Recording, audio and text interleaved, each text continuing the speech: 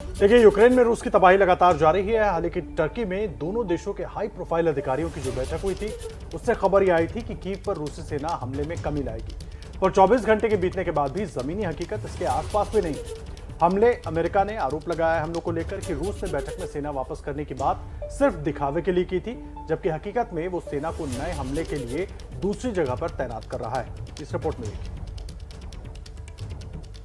रूस और यूक्रेन के बीच बातचीत के बाद भी रूसी सेनाओं के हमले में कोई कमी नहीं आई है। हालांकि रूस की तरफ से बैठक के बाद ये बयान आया था कि कीव में हमलों को कम किया जाएगा, लेकिन ग्राउंड पर ऐसा होता हुआ दिख नहीं रहा। हमले लगातार जारी है।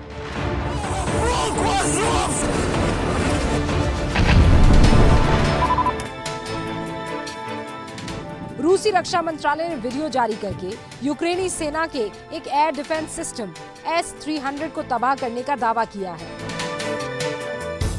वीडियो में दिख भी रहा है कि S-300 एयर डिफेंस सिस्टम पूरी तरह से तबाह हो गया है। उसकी मिसाइल लॉन्च ट्यूब्स बिखरी पड़ी है।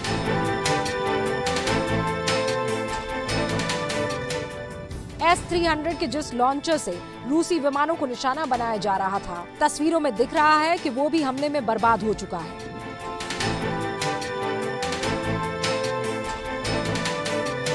इसका राडार सिस्टम, मिसाइलों का भंडार, सब कुछ रूसी सेना की स्ट्राइक में खाक हो चुका है।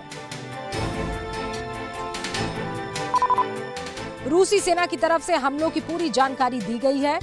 इसी बात से आरोप लगाए जा रहे हैं कि शांति समझौते के लिए हुई बैठक में जो बात रूस की तरफ से कही गई थी, उसका पालन नहीं हो रहा है।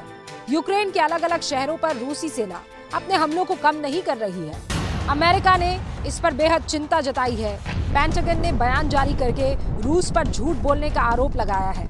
अमेरिका कह रहा है कि रूसी सेना अपनी तैनाती की जगह बदल रही है, सेना को हटा नहीं रही है। जो तस्वीर आ रही है, जो वीडियो जारी किए जा रहे हैं, उनसे साफ झलक रहा है कि अमेरिकी रक्षा मंत्रालय का रूस पर लगाया ये आरोप सही है, क्योंकि रूसी सेना के हमले हो रहे हैं और लगातार गोलाबारी और बमबारी जारी है। हालांकि तुर्की के इस्तांबुल में 29 मार्च को हुई बैठक को बेहद पॉजिटिव नजरिए से देखा जा रहा था। दावा किया जा रहा था कि बेहद सकारात्मक बैठक हुई है। रूस की तरफ से भी ये कहा गया कि बैठक में पॉजिटिव फैक्टर तो था, लेकिन अभी ये नहीं कहा जा सकता कि बैठक से कोई बड़ा नतीजा निकला है। रूसी रक्षा मंत्रालय के मुताबिक मिसाइल हमले में डॉनबास इलाके के एक बड़े फ्यूल डिपो को नष्ट किया गया है। इसके नष्ट होने से यूक्रेनी सेनाओं को तेल की सप्लाई कट गई है।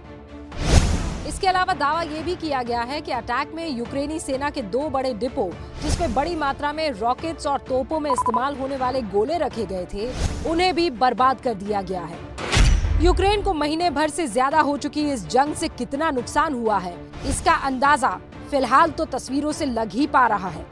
सैटेलाइट तस्वीरों में बर्बादी का पैमाना साफ दिख रहा है।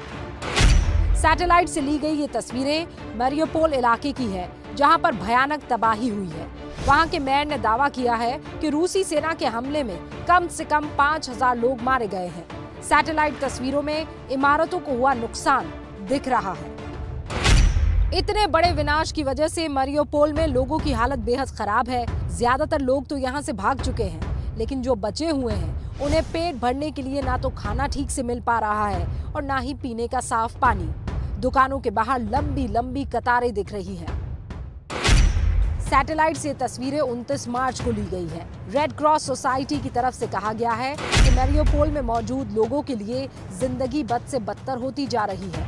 वक्त रहते अगर उनके पास मदद नहीं पहुंचाई गई तो सैकड़ों लोगों की जान जा सकती है। उधर यूक्रेन के उत्तरी इलाके चेर्नोहिव में भी हालात ऐसे ही है। वहां भी रूसी गोलाबारी में भयानक तबाही मची है। हर तरफ बस बर्बादी का मंजर नजर आ रहा है। चेर्नोहिव के गवर्नर ने रूसी राष्ट्रपति पुतिन पर बेहद कड़ा बयान दिया है। गवर्नर ने कहा है कि उनकी सेना यूक्रेन पर जिस तरह हमला कर रही है, उससे साफ है कि पुतिन के पास अब वक्त बचा नहीं है। वो अपने ताबूत में आखिरी कील ठोक रहे हैं।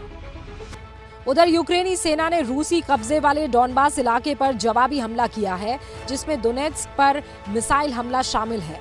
दोनेत्स्क पर फिलहाल रूस समर्थक विद्रोहियों का कब्जा है। मिसाइल हमले में कई इमारतें नष्ट हो गई हैं, कई इमारतों को जबरदस्त नुकसान पहुंचा है।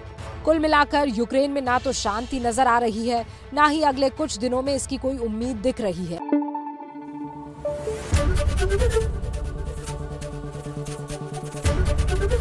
एबीपी न्यूज आपको रखे आगे।